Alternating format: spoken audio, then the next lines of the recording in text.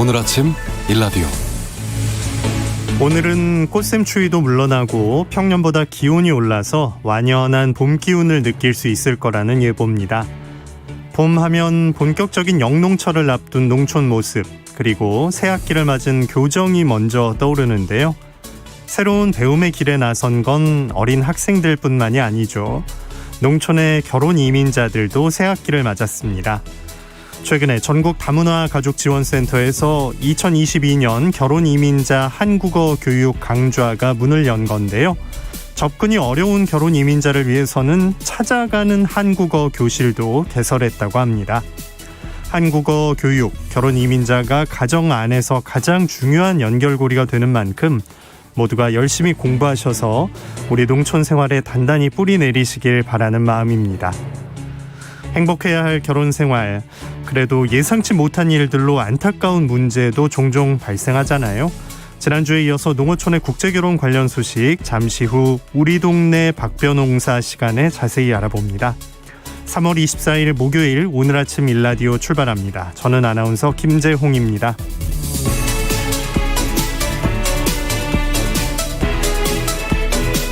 오늘 아침 일라디오 생방송으로 여러분과 함께 만들어갑니다. 유튜브에서 KBS 일라디오 공식 채널을 검색하시면 채팅창 마련되어 있고요.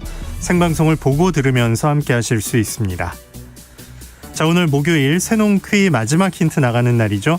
잘 들어보시고요. 정답 보내주시면 됩니다. 단문 50원, 장문 100원의 유료 문자 샵 9730으로 주시면 됩니다. 퀴즈 정답 맞춰주신 분들 가운데 20분 추첨해서 선물 드립니다. 농촌진흥청에서 제공하는 웰빙 혼합 잡곡 세트, 모바일 커피 쿠폰 등 풍성한 선물 마련하고 있습니다. 자, 이번 주 새농퀴 마지막 힌트 지금 바로 나갑니다.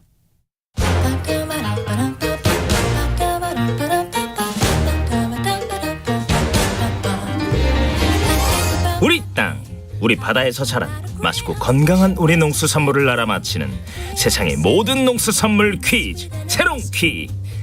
안녕하세요. 퀴즈 내는 송기원입니다. 이번 주 새농퀴의 정답인 이것, 맛도 만점, 영양도 만점입니다.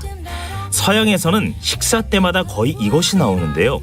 이것을 늦게 수프로 만들어 먹기도 하고 생크림을 넣고 구워 담백한 구이로 즐기기도 하죠. 그런데 주의를 해야 할 때가 있습니다. 가장 큰 곤란을 겪을 경우는 바로 삶은 이것을 한 입 크게 베어 물었을 때죠. 겉이 식어 있어서 마음 놓고 먹어도 되겠구나 하고 큰 덩어리를 한 입 가득 베어 문 순간 엄청나게 뜨거운 열이 입안에 확 퍼지게 되죠. 먹으려니 입안은 물론이고 목구멍까지 될 것 같아 그럴 수도 없고, 배짠이 같이 식사하는 사람들에게 실례라서 그럴 수도 없지요. 아유, 뜨거운 이것 때문에 아주 혼났네 하는 순간이 되는 거죠. 미국 사람들은 누가 먼저랄 것도 없이 이러지도 저러지도 못하는 곤란한 상황을 뜨거운 이것이라고 합니다. 그래서 정치, 경제적으로 곤란한 일이 생겼을 때 신문기사에도 뜨거운 이것이라는 말이 자주 등장하고요. 여기서 발전해 화제거리가 되는 일, 혹은 골칫덩어리를 비유할 때에 쓰이기도 합니다. 달이 차고 내 마음도 차고 이대로 담아두기엔 너무 안타까워. 너를 향해 가는데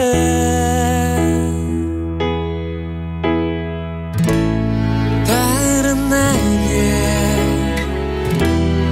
오라 손짓하고 귀 속에 얘기를 하네. 지금 이 순간이 바로 그 순간이야. 뜨거운 이것이라는 팀명을 가진 남성 듀오가 부른 고백인데요. 쌀, 밀, 옥수수와 함께 세계 4대 식량 작물 중 하나로 꼽히는 이것은 무엇일까요? 자, 정답 아시는 분들은 단문 50원, 장문 100원이 드는 유료 문자 샵 9730으로 보내주세요. 20분께 행운의 선물 드리겠습니다. 유익한 정보와 살아있는 이야기가 있습니다. KBS 오늘 아침 일라디오. 농수산 뉴스 한국농어민신문 이진우 기자와 함께합니다. 안녕하십니까? 네, 안녕하십니까? 네, 7월 시행을 앞두고 수산부산물 재활용 촉진에 관한 법률의 하위 법령이 마련됐다고요? 그렇습니다. 해양수산부가 수산부산물 재활용 촉진법 시행령 그리고 시행규칙을 마련하고요. 어제부터 5월 3일까지 입법 예고에 지금 들어간 상황입니다. 수산부산물법은 주최련 더불어민주당 의원과 그리고 정정식 국민의힘 의원이 각각 2000년 6월 그리고 2021년 2월에 대표 발의한 바 있고요. 이게 통합되어서 2021년 6월 말에 국회 본회의를 통과를 하면서 오는 7월 21일부터 시행에 들어가게 됩니다. 네, 하위 법령에 어떤 내용들이 담겨 있습니까?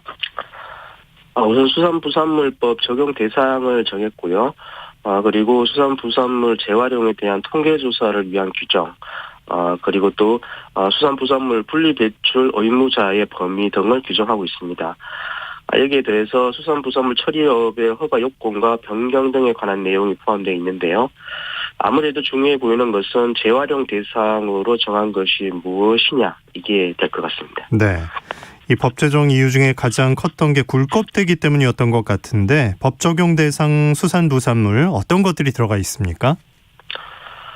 폐류 중에서 대표적인 게 이제 굴이죠. 이 굴과 오분자기를 포함한 전복, 그 담치를 포함한 홍합, 피조개를 포함한 꼬막, 바지락, 키조개를 단순 가공하는 과정에서 식용으로 사용되는 내용물과 그 밖의 혼합물을 제거한 껍데기 이렇게 정했습니다. 네. 그러니까 쉽게 말씀을 드리면 아까 앞서 말씀드린 폐류의 껍데기를 말하는 것이다 이렇게 보시면 될 것 같습니다. 네. 그 활용 범위도 확대한다고 하죠. 그렇습니다. 기존에는 폐기물관리법 체계상으로는 수산부산물의 경우에는 건축 자재 원료 그리고 비료나 사료, 공유수면 매립 지역의 성토제 등으로 재활용할 수 있도록 하고 있었는데요. 앞으로는 이제 석회석 대체제나 화장품 그리고 의약품 및 식품 첨가물 원료 등으로도 재활용할 수 있게 된다고 합니다. 네. 그런데 어류를 단순 가공하는 과정에서 나오는 어류 부산물은 이번에 법 적용 대상에선 빠졌네요. 그렇습니다. 요구가 많았는데 이번에 빠졌습니다. 이게 어류 부산물이 이번 법 적용에서 빠진 이유에 대한 해수부의 설명이었습니다. 일단 제일 급한 게 굴 폐각과 같은 폐류 껍데기를 재활용하는 것이었다고 하고요. 그리고 또 법 적용 대상 수산부산물로 정해지면은 이게 부산물을 분리 배출해야 하는 의무가 부과된다고 합니다. 네. 그리고 또 이번 하위 법령 제정안에 포함되지 않은 품목에 대해서도 앞으로 재활용 확대 추이 등을 이제 감안해서 추가할 계획이라고는 하는데요. 그러니까 일단 이번에는 급한 불부터 끄고 앞으로 법 적용 대상을 확대해 나가겠다 이런 것으로 보입니다. 네. 그래도 또 이게 언제 될 것이냐 요구가 진짜 있었다고 하니까 지금 계속 좀 해달라는 의견도 많이 나오겠네요. 그렇습니다. 이게 좀 아쉬운 점이라고도 할 수 있겠습니다. 예를 들어서 어류의 내장을 발라내는 정도의 단순 가공을 대량으로 하는 경우, 이미 사료용 도구로 판매가 되면서 분리 배출을 지금 이미 하고 있는 경우가 많고요. 또 폐기물로 분류가 돼 있기 때문에 지금도 별도 처리를 할 수밖에 없는 상황이기도 합니다. 그래서 대량으로 어류를 단순 가공하는 곳에서 발생하는 어류 부산물만이라도 우선적으로 좀 법 적용 대상이 될 수 있도록 해야 한다 이런 의견이 있었는데요. 어쨌든 이번에는 포함되지 않은 상황입니다. 그래서 이 입법 예고 기간 중에라도 의견이 개진되지 않을까 이렇게 예상이 됩니다. 네. 자, 불법 해루질에 관한 그 내용들 방송이나 기사로 많이 접하셨을 것 같은데 생계를 위협하는 레저는 레저가 아니다라는 내용으로 청와대 국민청원까지도 올라왔었죠. 수협중앙회와 이제 회원조합과 어촌계를 대상으로 피해 실태 조사를 해봤다고요? 그렇습니다. 최근 수협중앙회가 밝힌 데에 따르면 이렇습니다. 이게 2월 22일부터 3월 4일까지 회원조합과 어촌계를 대상으로 피해 사례를 접수를 받았는데요. 이 10여일 남짓한 기간 동안에만 무려 113개 어촌계에서 피해 사례가 접수됐다고 합니다. 이야, 아주 짧은 기간에 진짜 기다렸다는 듯이 쏟아진 건데 진짜 광범위하게 좀 문제가 발생하고 있다는 거네요. 그렇습니다. 지금 상황은 그런 상황이고요. 이게 내용을 들여다보면은 상황이 좀 더 심각해 보입니다. 이게 수협에서 이번 실태조사 결과를 종합해서 크게 3개의 권역으로 구분을 하고요. 어떤 불법 사례가 발생하고 있는지를 밝혔는데요. 우선 군산, 안면도, 영흥, 영광 그리고 경기 남부 지역을 이제 서해 권역으로 보면 이곳에서는 계절 구분 없이 주야간 간조 시간대를 이용해서 4-5명 정도의 소규모 혹은 무려 50명 이상의 대규모 비업인들이 이게 수산물을 포획 채취하는 사례가 이렇게 피해 사례가 있다 이렇게 접수됐다고 합니다. 네. 이게 진짜 연중 계속된다고 하면 어민들 입장에선 이 어장을 관리하면서 어업을 해야 하는데 큰 문제가 되겠네요. 그렇습니다. 또 뭐 죽변이나 포항, 구룡부, 후포, 부산 등과 같은 동해권역에서도 계절 구분 없이 여기서는 주로 인적이 드문 야간 시간대에 스쿠버 장비를 이용해서 불법적으로 수산물을 채취 포획하는 것으로 이게 피해가 접조가 됐고요. 또 해남이나 마산, 거제 등의 남해권역에서도 이 야간 시간대에 스쿠버 장비를 이용한 불법 해루지, 여기에 또 더해서 선박을 이용한 바다 hul기식 불법 포획 채취가 이루어지는 것으로 조사가 됐습니다. 네.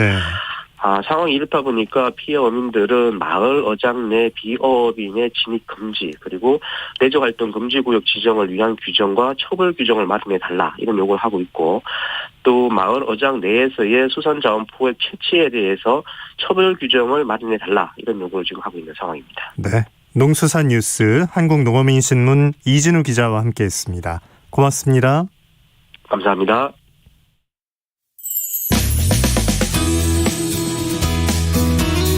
활기찬 하루를 여는 오늘 아침 일라디오 건강한 아침 습관. 안녕하세요. 오늘 아침 힐링타임. 저는 양필라 양정원입니다. 오늘은 목 통증에 특히 좋은 척추 윗부분, 경추, 흉추 스트레칭을 함께 해보실까요? 머리 무게를 이용한 간단한 동작입니다. 먼저 의자에 바르게 앉은 상태에서 머리를 앞쪽 아래로 떨어뜨려 주세요. 이 상태에서 호흡을 천천히 내쉽니다. 하나, 둘, 셋, 넷, 다섯. 이제 머리를 앞쪽 아래로 점점 더 떨어뜨리면서 척추 윗부분을 둥글게 만들어주세요. 이때 배꼽 뒤쪽인 허리가 둥글게 말리지 않도록 주의해주세요. 호흡 바깥쪽으로 내쉬어볼게요. 하나, 둘, 셋, 넷, 다섯. 이제 천천히 흉추와 머리를 들어 올리며 시작 자세로 돌아옵니다. 가능하시면 5회씩 반복해주세요. 오늘도 여러분의 건강한 하루를 응원합니다.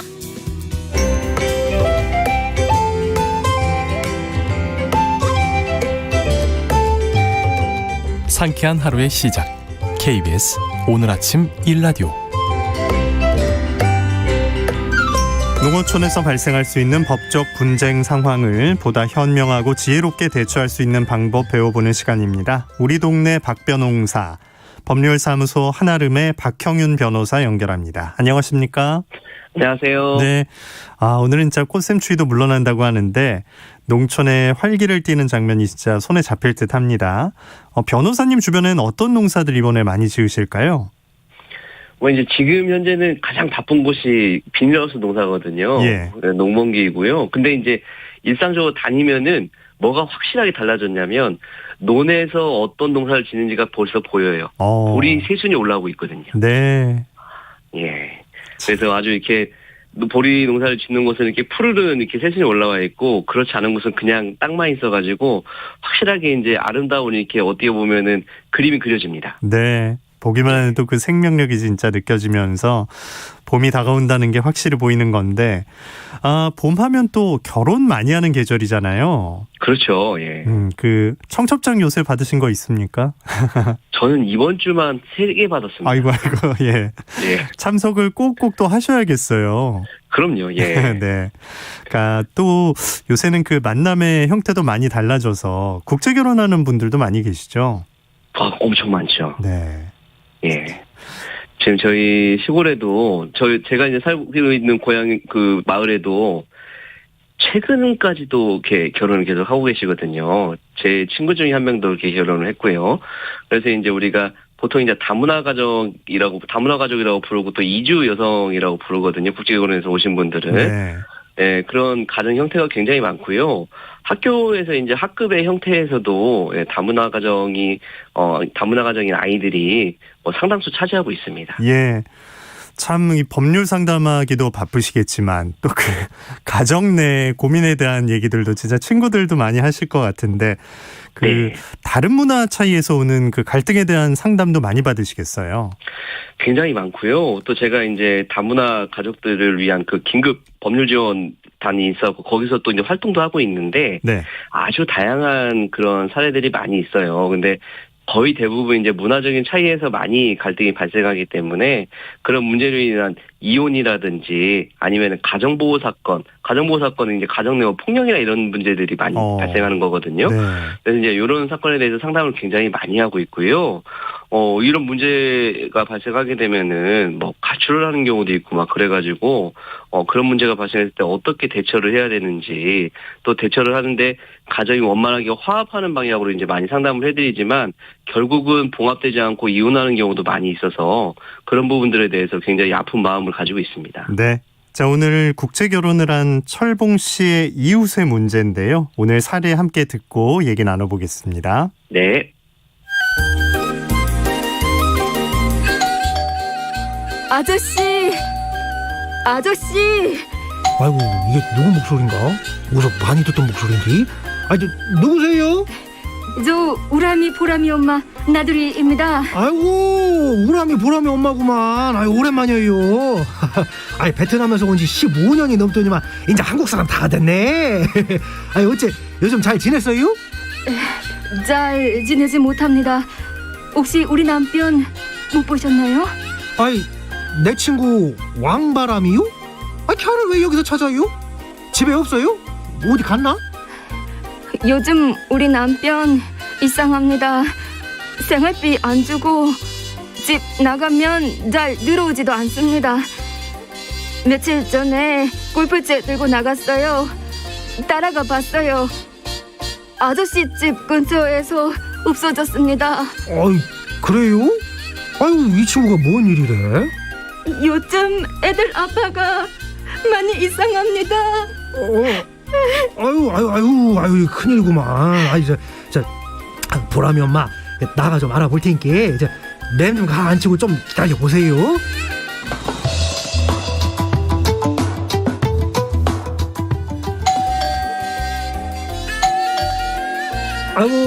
보람이 엄마, 계셔요? 어째 괜찮아요? 보람이 아빠 보셨나요?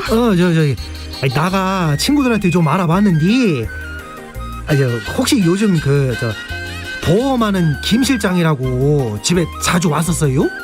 네, 여자분이 보험 들라고 자주 집 왔었어요. 아이고, 그 여자하고 요즘 왕바람이가 바람이 났다고 읍내에 소문이 쫙 났더라고요. 아이고, 참 답답하네.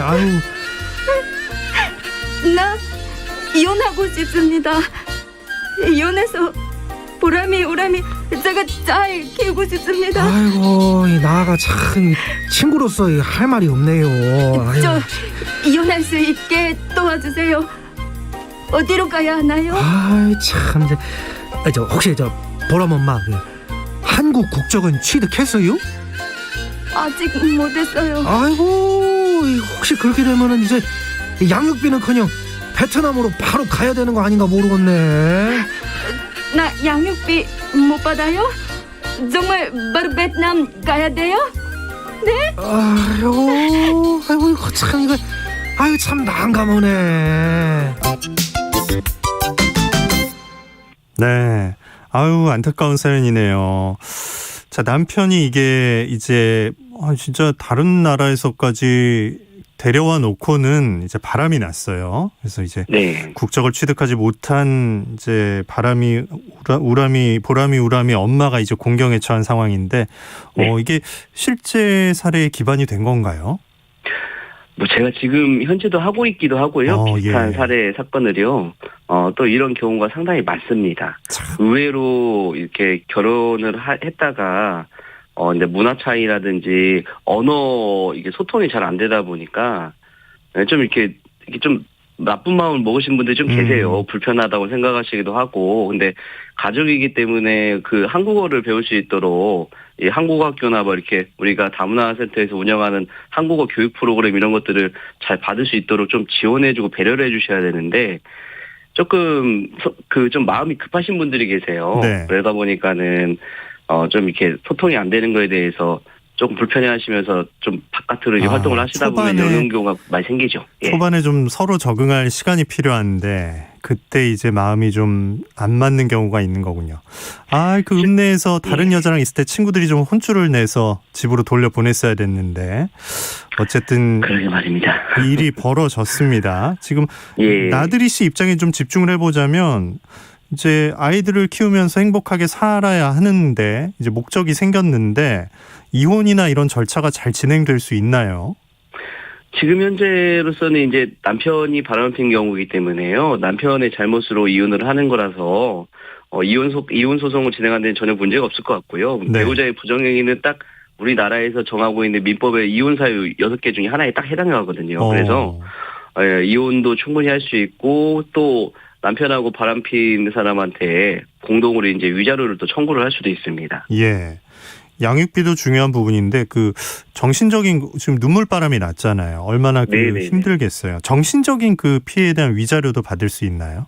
네, 그 바람핀 사람들은 공동으로 이제 위자료를 지급해야 되고요. 특히 이렇게 귀책 사유가 있는 분들은 아무래도 보통 이제 귀책 사유로 발생하면서 문제되는 것들이 위자료하고 또 이제 아이들 양육권에 대해서도 좀 부정행위를 저지르면은 무조건 그러는 건 아니지만 아무래도 그 행위 때문에 양육권이나 친권을 가져가는 것도 조금 불리한 상황이 됩니다. 네. 자, 그런데 이제 국적 문제가 나왔어요. 네네. 결혼한 지 꽤 됐는데 아직 안 나왔단 말이죠. 이 부분에 대한 걱정은 어떻게 해결을 해야 하나요? 국적 같은 경우는요, 이게 제일 현실적으로 문제가 많이 되는 부분인데, 네. 이주 여성분들이 국적 취득 전에 이혼을 하게 되면 강제 출국가거나 내 아이를 양육하지 못할까봐 굉장히 걱정을 많이 하세요. 네. 아이들에 대해서 굉장히 이제 애정이 강하시거든요. 근데 이제 대부분 가정을 꾸림과 동시에 이제 출산하는 경우가 대부분 많아서 한국어를 배울 기회도 없고 해서 특히나 이제 한국어를 잘 배우지 못했기 때문에 국적 취득하는데 문제가 있지 않나 막 이런 생각을 많이 하는데 아닙니다. 이혼을 할 때요. 배우자가 잘못을 해가지고 이혼을 하면은 간이기와 요건만 충족시키면 국적 취득도 가능하고요. 또 미성년 자녀도 이제 뭐 양육하고 있거나 양육해야 될 자녀가 있다가 하면 또 간이기와 요건이 또 충족시킬 수가 있거든요. 네네. 그래서 국적 취득하는 데는 문제가 없을 거니까 그런 걱정은 안 하셔도 되고요. 다만 이제 이혼하는 과정에서 우리가 특히 주의해야 될 게 뭐냐면 우리가 협의이혼과 이혼 조정 신청과 이혼 소송 세 가지 형태로 이제 이혼이 이루어지는데 이혼 소송이나 이혼 조정을 했을 경우에는 그 남편의 잘못된 사유를 조정 결정문이나 판결문에 담을 수가 있어요. 네. 그러면 남편의 이제 규칙 사유가 명백하게 표시가 되니까 그걸로서 이제 남편의 잘못 때문에 이혼했다는 게 인정받을 수 있어서 국적 취득하는 데 문제가 없는데 협의이혼을 하게 되면은 왜 이혼을 하게 됐는지 이혼 사유가 밝혀지지가 않습니다. 그래가지고 국적 취득하는 데 문제가 있을 수가 있거든요. 그래서 이제 남편의 잘못으로 이혼하게 되는 경우에는 이혼을 할 때 꼭 이혼 사유가 기재될 수 있는 이혼 조정이라든지 아니면 그 이혼 소송 이런 절차를 통해서만 해야 된다는 것만 명심하시면 됩니다. 예. 협의 이혼 하지 이랬다가는 국적 취득에 좀 문제가 있을 수 있다. 잘 알아두셔야겠어요. 이게 상식선에서 해결이 되는군요. 이제 오래 사셨고 간이 귀화 요건이란 게 충족이 된다. 좀 안심하셔도 될 것 같습니다. 네.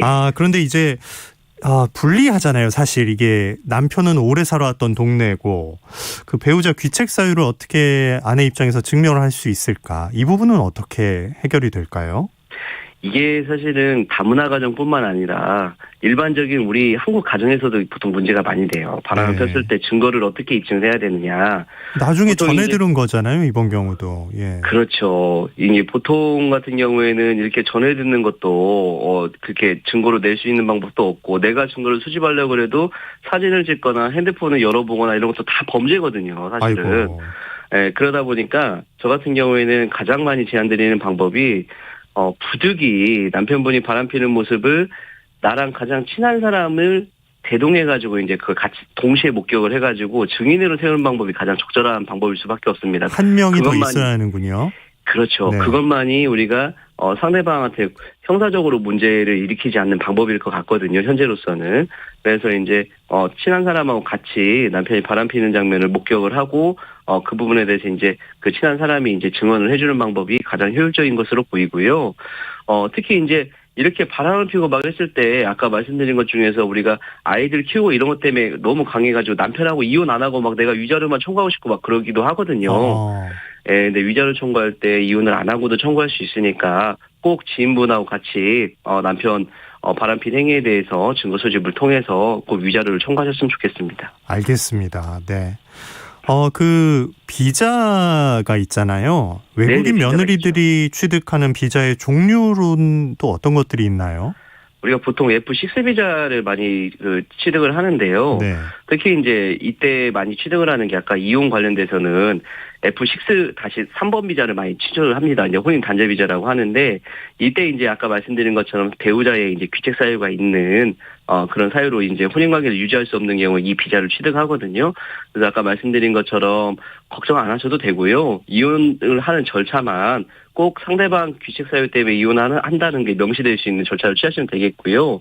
혹시라도 이제 그 혼인 단절이 아니라 자녀 양육을 위해서 이제 또 이제 비자를 취득해야 된다고 하면은 F6-2번 자녀 양육을 위한 또 비자가 있어요. 그래서 좀 자녀 양육을 해야 된다는 그 취지로서 받을 수 있는 비자가 있기 때문에 이 부분까지 고려를 해보시면 좋겠습니다. 네. 아유, 참, 이런 일이 주변에 있으니까, 네. 다들 행복할 거라고 믿지만, 확실히 존재하는 거고, 이런 얘기를 나눌 수밖에 없는 게 좀 안타깝긴 한데, 행복한 결혼 생활을 위해서 어떤 조언을 많이 해주시는 편인가요? 지금 우리 각 지역별로 다문화 건강가족 지원센터들이 굉장히 활성화되어 있거든요. 지자체에서도 운영을 하고 있고. 예. 그래서 이제 그것을 통해서 하게 되면 굉장히 이제 언어 교육이라든지 이 문화 교육이라든지 이런 게 굉장히 잘 마련된 프로그램으로서 이제 그 교육을 받을 수가 있어요. 그런 부분에 대해서는 남편분들도 충분히 배려를 해주시고 또 그걸 이제 교육을 받으시면서도 가정을 위한 교육을 받으셔야 될 것 같습니다. 오히려 이제 그 이주 여성분들도 거기 가가지고 친구들이랑 어울리다 보니까 좀 갈등이 생긴 경우가 상당히 있거든요. 그래서 우리 지자체나 국가에서 제공해주는 교육 프로그램을 잘 활용하고요. 또 가정 내에서는 결국 화목한 가정을 이루기 위해서 국제결혼을 한 거 아니겠습니까? 네. 서로 이제 진심으로 마음도 그렇고 문화도 그렇고 이제 배려를 해가지고 건강 가정으로 좀 거듭날 수 있도록 했으면 좋겠습니다. 이제 이거 다문화 가정은요. 우리가 다른 게 아닙니다. 그냥 우리가 예. 일상적인 생활이기 때문에 꼭 그런 배려를 해주셨으면 좋겠습니다. 일도 급하고 가족만의 시간도 중요하지만 지원센터가 있다는 건 분명히 도움받을 부분이 있다는 거라는 걸 좀 네. 생각하시고 적극적으로 활용을 좀 하셨으면 좋겠습니다. 네. 우리 동네 박변홍사 박형윤 변호사와 함께했습니다. 고맙습니다. 감사합니다. 자, 오늘 날씨 알아보겠습니다. 아침까지는 조금은 쌀쌀한 날씨가 이어지다가 낮부터는 기온이 큰 폭으로 오르겠습니다. 완연한 봄 날씨가 찾아오겠는데요. 지금 서울의 기온이 4.4도, 춘천은 1도, 광주는 3도, 부산은 6도의 기온 분포 보이고 있습니다. 낮부터는 따뜻한 남서풍이 유입되면서 오늘 서울의 한낮 기온이 14도, 강릉 17도, 대구 18도, 광주 17도, 제주 16도까지 오르겠습니다. 오늘 중부지방엔 하늘에 구름이 많겠고요. 경기 북부에는 오전에 비가, 강원 영서 북부 지역엔 비 또는 눈이 오는 곳도 있겠습니다. 남부는 종일 맑겠지만요. 곳곳에서 공기가 탁해지면서 영서, 충북, 영남 지방의 초미세먼지 농도는 나쁨 수준까지 오르겠습니다. 9611님께서 어제는 날씨가 스산해서 좀 춥게 느껴졌는데 오늘 따뜻한 하루 된다니까 봄 날씨를 마음껏 느껴봐야겠네요. 라고 보내주셨습니다. 고맙습니다. 자, 오늘 아침 일라디오 함께하고 계십니다. 지금 시각은 6시 44분입니다.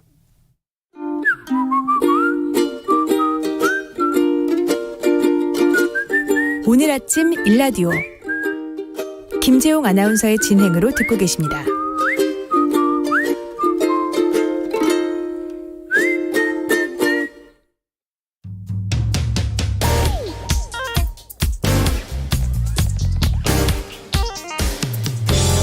오늘 아침 뉴스 브리핑 정상근 기자와 함께합니다. 안녕하십니까? 네, 안녕하십니까? 네, 청와대와 윤석열 당선인이 인사권 문제로 충돌했다고요? 네, 문재인 대통령은 어제 새 한국은행 총재 후보로 이창용 국제통화기금 아시아태평양 담당국장을 지명했습니다.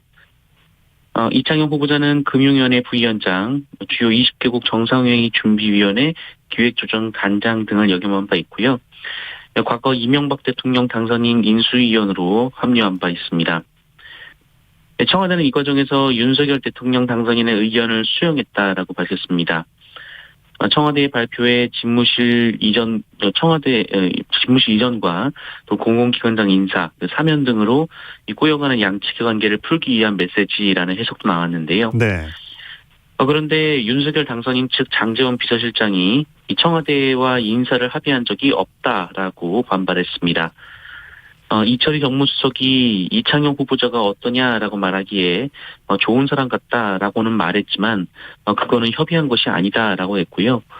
발표하기 10분 전에 청와대에서 전화가 와서 일방적으로 하려면 그렇게 마음대로 하라 그렇게 말을 했다라고 밝혔습니다. 네. 윤 당선인 비서실장의 반응이 이렇게 나왔던 건데 여기에 대한 청와대 답변은 어떤 겁니까?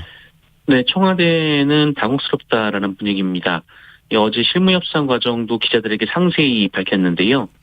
청와대 관계자는 실무협상 과정에서 당선인 측에서 거론되는 두 사람의 이름을 물어봤고 둘 중 당선인 측이 이창용 후보자를 지목해서 발표를 한 것이다라고 했습니다. 또한 당선인 측이 검증은 된 것이냐라고 물어보기에 과거 금융통화위원회 위원 후보로 거론돼서 이미 검증은 마쳤다라고 답을 했고 이 당선인 측에서도 이창용 후보자에게 의사를 확인한 걸로 알고 있다라고 밝혔습니다. 그런데 대통령이 재가를 하고 당선인 측에 전화를 했더니 갑자기 합의한 적이 없다라는 주장을 했고 다른 사람을 지목할 것이다라던가 다른 인사와 패키지로 해야지 왜 한국은행 총재만 하느냐라고 따져 물었다고 주장했습니다. 네. 집무실 이전 문제도 계속 논란이 되고 있죠. 네, 윤석열 대통령 당선인이 지난 주말 새 집무실로 삼기로 한 용산 국방부 청사와 이 관저로 사용할 한남동 육군 참모총장 공간 사이를 직접 차량을 타고 이동해보는 등 답사까지 한 것으로 전해졌습니다. 당선인 측은 이를 통해 이 서민들에게 큰 불편을 주지 않고도 출퇴근이 가능하다라고 판단했다 하고요. 또 반환이 완료된 옛 미군 기지를 지나면 이 시민들의 불편을 최소화할 수 있다라고 본 것으로 전해졌습니다. 또 어제 이상훈 전 국방부 장관 등 군 대장 출신 예비역 장성 예선 4명이 이전 과정에서 일시적인 불편함은 있을 수 있지만 안보 공백은 없다라고 주장하기도 했습니다. 며칠 전 전직 합참의장 11명이 안보 공백을 우려하며 속전속결로 처리할 문제가 아니다라는 입장을 밝힌 바 있는데 군 관계자들도 의견이 엇갈리는 상황입니다. 네. 한편 윤석열 당선인이 기자회견을 할 당시 비용을 추산해 준 것으로 알려준 기획재정부는 이 국방부가 예비비 사용을 요청한 적이 없기 때문에 비용을 추산한 바 없다라며 이를 부인했습니다.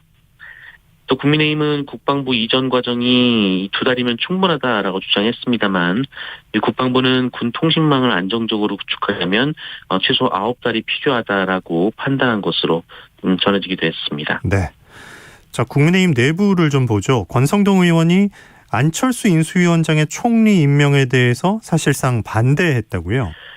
네, 국민의힘 권성동 의원이 어제 라디오 인터뷰에 출연해서 안철수 인수위원장에 대해 인수위원장을 하면서 또 국무총리까지 가지는 않을 것이라고 말해서 주목이 됐습니다.